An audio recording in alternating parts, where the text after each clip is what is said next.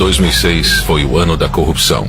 Uma vez estabelecido no poder, o PT começou a agir. Que o Brasil votou sem medo de ser feliz. Nos primeiros anos do governo Lula, os esquemas de corrupção foram colocados em prática. O escândalo dos bingos veio à tona em 2004. Em 2005, o escândalo dos Correios deu origem às investigações do Mensalão. No meio de tudo isso, ainda teve o caso conhecido como dólares na cueca. Em 2006, a máfia dos sanguessugas desviava dinheiro destinado à saúde.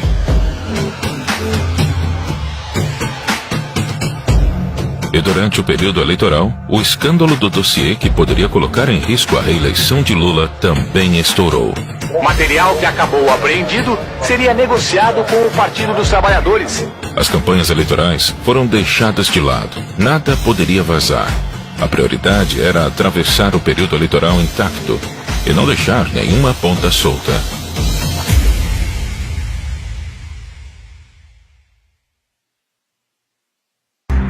Com o PT no poder, a esperança do brasileiro era de mudança. E a mudança aconteceu, mas só para os seus aliados políticos. Antes de Lula ser eleito, aconteceu a crise dos bingos. Valdomiro Diniz, na época presidente da Loteria do Estado do Rio de Janeiro, foi pego extorquindo empresários para enriquecer o PT. Um dos extorquidos, o bicheiro Carlinhos Cachoeira, gravou Valdomiro pedindo propina e garantindo em troca o monopólio de loterias virtuais. A promessa não foi cumprida e Cachoeira divulgou o vídeo em 2004. A fita de vídeo a que se referia o subprocurador foi gravada por Cachoeira em 2002. A crise desestabilizou pela primeira vez o governo Lula. A confissão de Valdomiro Diniz de que, de fato, tinha pedido dinheiro a Carlos Cachoeira para campanhas eleitorais e propina para um amigo. Quando o caso estourou, Valdomiro Diniz era assessor da Casa Civil, governada por José Dirceu, líder do PT. Diniz foi exonerado do cargo no mesmo dia. Para atenuar a crise, Lula passou uma medida provisória que proibiu o funcionamento de casas de jogos de azar. A segunda crise aconteceu em 2005. O governo federal determinou a abertura de inquérito para apurar denúncia de corrupção nos Correios. Um diretor da empresa, flagrado cobrando propina de empresários, foi afastado. A gravação mostrava Maurício Marinho, diretor dos Correios, recebendo propina de empresários em troca de favorecimento em licitações. Com uma câmera escondida, os empresários gravaram todo o encontro mês passado na sede dos Correios. Na gravação, ele explicou o esquema de corrupção e afirmou que tinha autorização do então presidente do PTB, Roberto Jefferson, para realizar a fraude. Através da assessoria, Roberto Jefferson informou que o partido repudia a acusação de que o PTB tenha esquema de arrecadação no serviço público.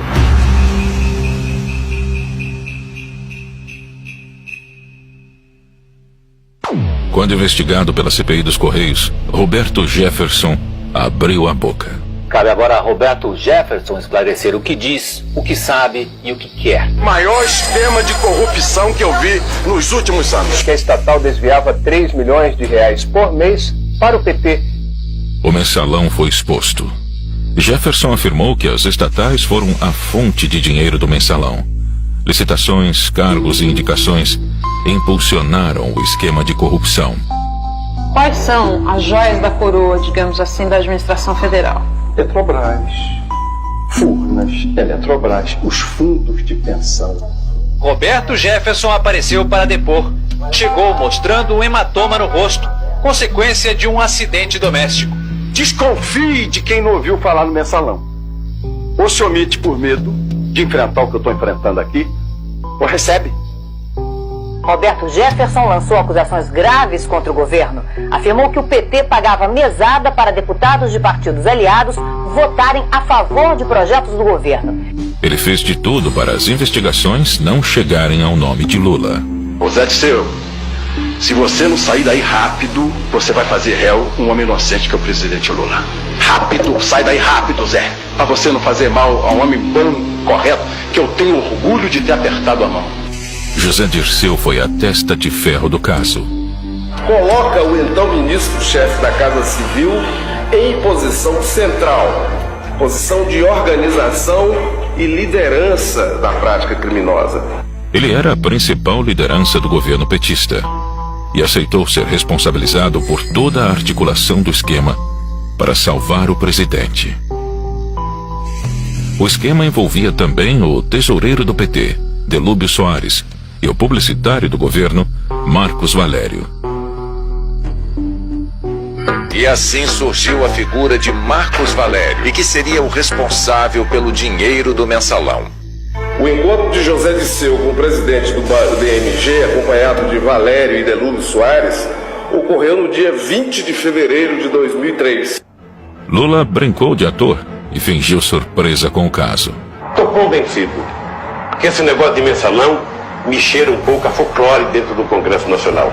Pode ter outro tipo de coisa que os deputados podem saber, mas eu não acredito que tenha mensalão. José Dirceu, da Casa Civil, foi o primeiro a deixar o ministério. Não me considero fora do governo, me considero parte integrante do governo.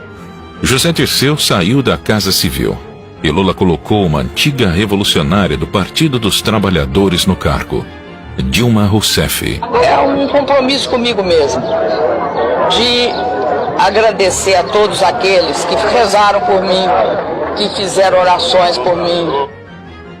Em meio ao mensalão, Adalberto Vieira, assessor do deputado José Guimarães do PT, foi detido pela Polícia Federal no aeroporto de Congonhas. Ele tinha R$200 mil em uma maleta e mais $100 mil na cueca.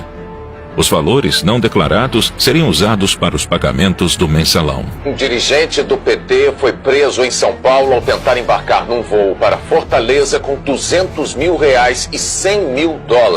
José Adalberto disse que a quantia era dele, mas não quis dar explicações sobre a origem. Brasília estava pegando fogo e a situação iria piorar.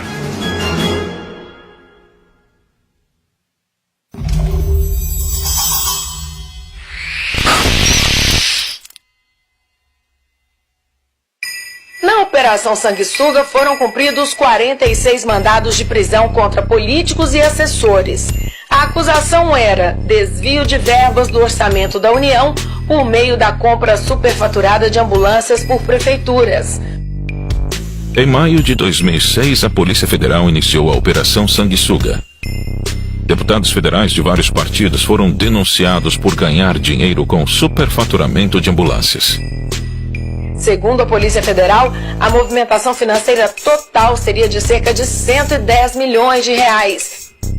Além dos deputados, o esquema de corrupção envolvia órgãos do governo federal, prefeituras e empresas privadas.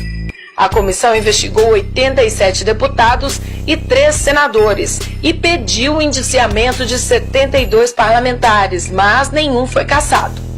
A máfia dos sanguessugas teve início na gestão do ministro da Saúde da época, José Serra. Em Cuiabá, a Polícia Federal abriu inquérito sobre a origem do dinheiro encontrado com Gedimar Pereira Passos e Valdebran Padilha. Os dois devem ser transferidos de São Paulo para Cuiabá ainda esta noite. Devem depor a Polícia Federal e ao Ministério Público Federal. Faltando um mês para o primeiro turno, outro escândalo surgiu. Os petistas Valdebran Padilha e Gedimar Pereira foram presos com R$1.700.000 no hotel Ibis, em São Paulo. Valdebran Padilha se hospedou neste hotel na quarta-feira da semana passada. Ele revelou à Polícia Federal que naquele mesmo dia recebeu de Gedimar Passos o total de R$1 milhão. O restante do dinheiro só seria entregue depois que o dossiê chegasse a São Paulo. O pagamento estava combinado para sexta-feira até a hora do almoço e o negócio seria fechado no quarto do hotel.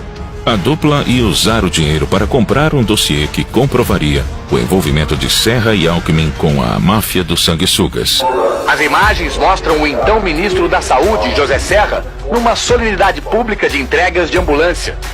O material que acabou apreendido seria negociado com o Partido dos Trabalhadores. Quer dizer, de onde veio esse dinheiro? Quem são as pessoas? Qual era o propósito? porque isso está contra as regras da normalidade do jogo democrático. O dossiê seria entregue em São Paulo para Valdebran Padilha, filiado ao PT e arrecadador de campanha em Mato Grosso. A missão de Valdebran era se certificar da existência do dinheiro que pagaria as informações de Vedoim. Em declaração à Polícia Federal, Gedimar afirmou que tinha sido contratado pelo assessor pessoal de Lula, Freud Godoy. Na Secretaria Particular da Presidência da República, em Brasília, trabalham Freud Godoy, que, como disse Gedimar no depoimento, tem uma empresa de segurança. Freud é filiado ao PT desde 89. Trabalhou em todas as campanhas do presidente Lula e hoje é assessor especial da Presidência da República, lotado na Secretaria Particular da Presidência. Ele tem uma sala no Palácio do Planalto, no mesmo andar do gabinete de Lula. Lula não participava dos debates, não dava entrevistas e não dava explicações sobre o dossiê fora do horário eleitoral gratuito. Cristóvão Buarque perguntou a Lula, ainda que ele não estivesse no debate, como ficaria a situação do presidente caso algo fosse descoberto sobre a participação dele no dossiê. O presidente Lula preferiu trocar o debate que você acabou de ver aí por um último comício. Foi em São Bernardo do Campo, no ABC Paulista, onde ele começou na vida política.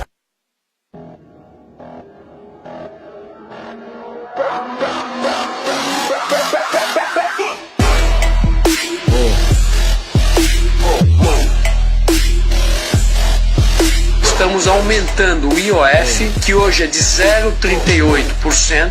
E o conselho é evitar as manifestações, já que algumas terminaram em violência, e respeitar a orientação das autoridades locais. Estamos indo para 6%. Aí nós vamos ter que fazer cortes importantes no pacto. Como presidenta, eu tenho a obrigação tanto de ouvir a voz das ruas, como dialogar com todos os segmentos, mas tudo dentro dos primados da lei e da ordem, indispensáveis para a democracia. 12 anos de PT fizeram mal ao Brasil.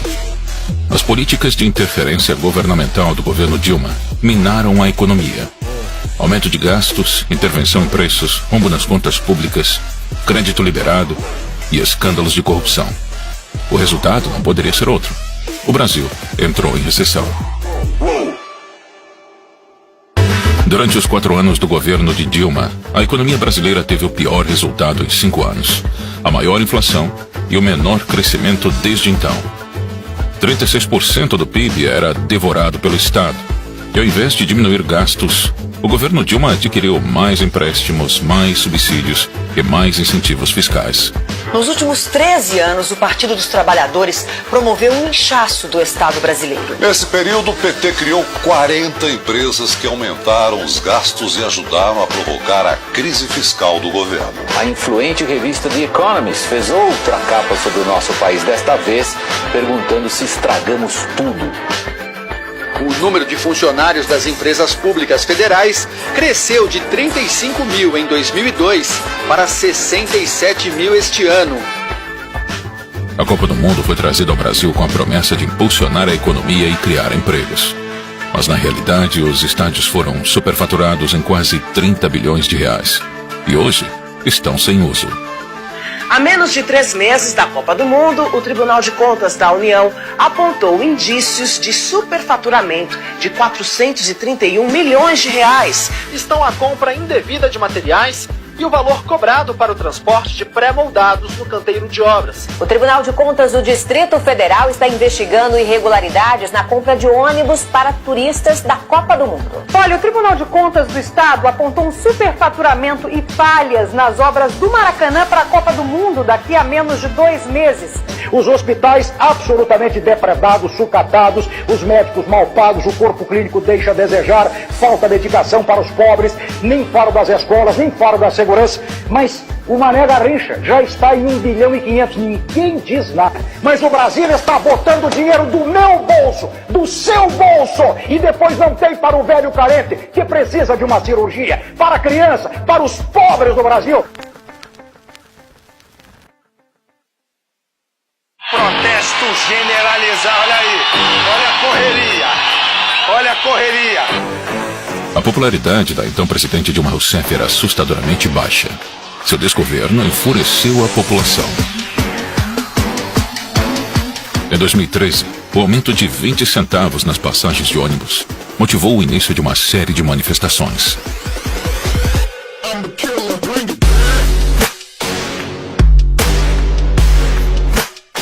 O que começou com a briga pelos 20 centavos se transformou em 1,5 milhão de brasileiros nas ruas.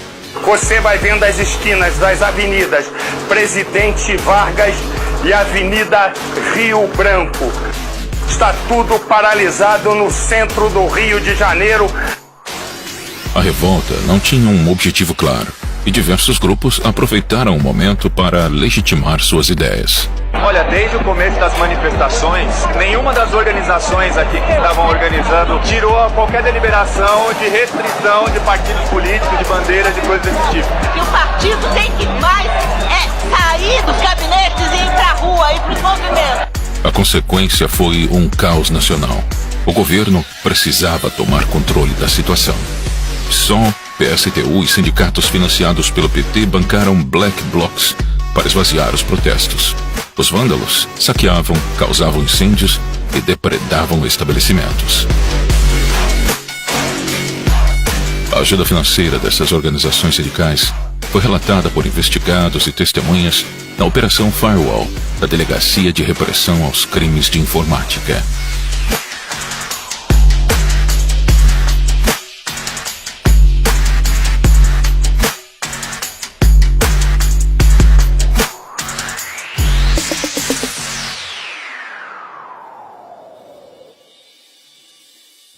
O esquema de corrupção na Petrobras foi descoberto graças a outra investigação que colocou políticos e empresários na cadeia, o Mensalão. Documentos da Justiça Federal revelam que foi a apuração do esquema de compra de votos de parlamentares que levou à Operação Lava Jato. A eleição de 2014 foi muito parecida com a de 2006. A corrupção pautou as discussões daquele ano. Enquanto o Mensalão era descoberto, outro esquema de corrupção estava sendo montado: o Petrolão. Ele era 33 vezes maior que o Mensalão. Envolvia propinas das empreiteiras, lavagem de dinheiro, evasão de divisas e superfaturamento de obras. Tudo isso para abastecer os caixas do PT, PP e PMDB, funcionários das estatais e políticos. As diretorias eram nomeadas por partidos políticos e seus diretores aprovavam contratos com empreiteiras. Não demorou muito para que as grandes construtoras do país, que têm negócios com a Petrobras, acabassem no centro das investigações. Segundo o ex-diretor de abastecimento da Petrobras, o esquema funcionava da seguinte maneira. De um lado, as empresas se organizavam em clubes para aumentar os valores de seus serviços para obras. Do outro lado, Lula e Dilma, presidente e ministra-chefe da Casa Civil na época, indicavam os diretores da estatal e eles cobravam propinas das empreiteiras para fechar contratos com preço acima do mercado. Em média, cada contrato era superfaturado em 3%. Se o valor da obra fosse 1 bilhão, era pago 1 bilhão e 30 milhões para as empreiteiras. O esquema foi descoberto pela Operação Lava Jato antes do período eleitoral. Alberto Youssef, o doleiro envolvido com a evasão de divisas, afirmou que Lula e Dilma tinham conhecimento do roubo da Petrobras. O doleiro Alberto Youssef declarou à Polícia Federal que a presidente Dilma Rousseff e o ex-presidente Lula sabiam do esquema de desvios de recursos para partidos políticos na Petrobras. Eu acredito que eles tinham conhecimento, no meu entendimento, do que acontecia. E você entende que esse esquema serviu aos interesses do governo? Serviu aos interesses do partido, automaticamente, dos partidos da base aliada. A destruição da economia brasileira não parava por aí. O PT também roubava o Brasil, ajudando seus amigos políticos do exterior. O BNDES, um banco público, financiou de 2003 a 2015 as maiores empreiteiras do país para trabalhar fora do Brasil. Obras na Venezuela, Cuba, Peru, Argentina e na República Dominicana foram financiadas pelo Banco Nacional de Desenvolvimento, o BNDES. Todos esses países tinham governos autoritários e participantes do Foro de São Paulo. enquanto o Porto de Santos, responsável por mais de 50% do PIB nacional, precisava urgentemente de reparos e modernizações. O governo brasileiro preferiu ajudar a reforma do Porto de Cuba. 692 milhões de dólares foram emprestados ao país, sem necessidade de devolução. Outra forma de financiar Fidel Castro foi através do programa Mais Médicos. Nesse instante, a senhora Presidenta da República, Dilma Rousseff, sanciona a lei que institui o programa Mais Médicos. Cerca de 12 mil médicos cubanos foram trazidos para o Brasil. E 70% de tudo o que eles ganhavam era compulsoriamente descontado de seus salários e enviado à ilha cubana.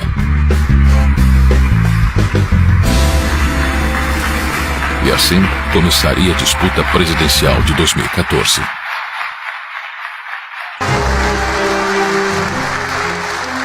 Dilma iniciou seu segundo mandato descumprindo as promessas que havia feito durante a campanha. Aumentou a conta de luz, os juros da casa própria, o preço dos combustíveis, a passagem do transporte público, os impostos e cortou verbas da educação e da saúde. A sequência de altas foi interrompida em abril do ano passado e retomada após as eleições. Hoje, a taxa está em quase 14%. Enquanto isso, a inflação que estava em 6% ao ano não cedeu. Ao contrário, ganhou fôlego e está no nível mais alto em 11 anos. A semana começou com uma notícia nada boa para os motoristas: o aumento no preço da gasolina. Em menos de 60 dias foram 2 reajustes. Dilma Rousseff se reúne com o ex-presidente Lula antes do anúncio do corte de quase 70 bilhões de reais no orçamento de 2015. O desemprego ficou em 12% no último trimestre do ano passado e atingiu mais de 12 milhões de pessoas no país. É o maior índice desde 2012, quando foi criada a série de indicador da PNAD. Os maiores cortes ficarão com o PAC, Programa de Aceleração do Crescimento, 25 bilhões e 700 milhões de reais. Ministério das Cidades, 17,2 bilhões. Saúde, 11,8 bilhões. E Educação, 9,4 bilhões. Nos dias 15 de março, 12 de abril, 16 de agosto e 13 de dezembro de 2015, os brasileiros foram às ruas pedindo o impeachment da presidente. 200 mil pessoas nesse momento na Avenida Paulista. 200 mil pessoas, segundo a Polícia Militar. Já é a maior manifestação popular do Brasil neste domingo.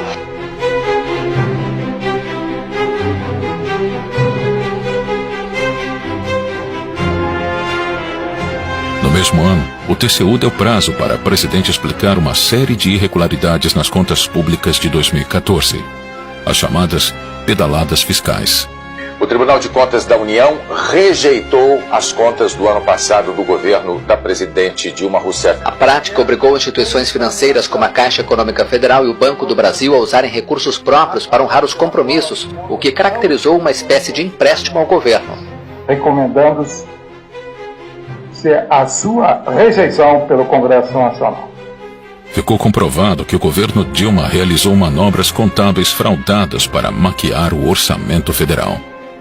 No dia 31 de agosto de 2016, o processo de impeachment se encerrou com o afastamento de Dilma do cargo. Falta, portanto, um voto apenas para que o processo de impeachment prossiga para o Senado.